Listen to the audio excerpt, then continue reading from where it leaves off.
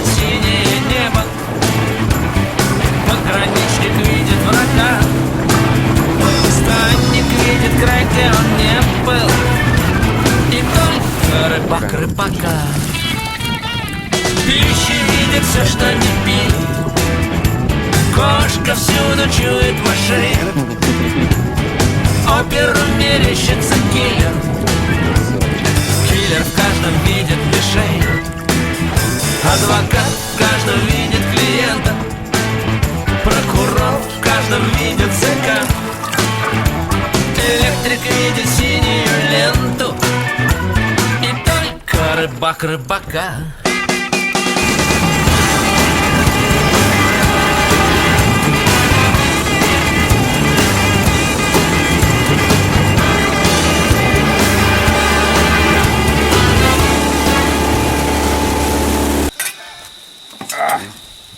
Вот так вот мы рыбалим. Там сом на 50 килограмм на кукане. А здесь картошка. А здесь картошка, да. У нас картошка с водкой. Волгодонские. 2-3 картошки, ведро. 5-6 съел и наелся. Так, Вот этот счастливый человек, который поймал сегодня большого Он сома. всегда счастливый человек. Не только.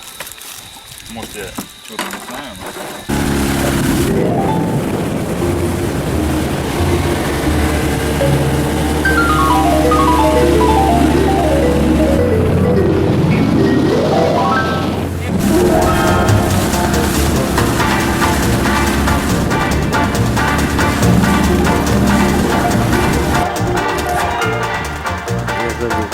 Что снимает?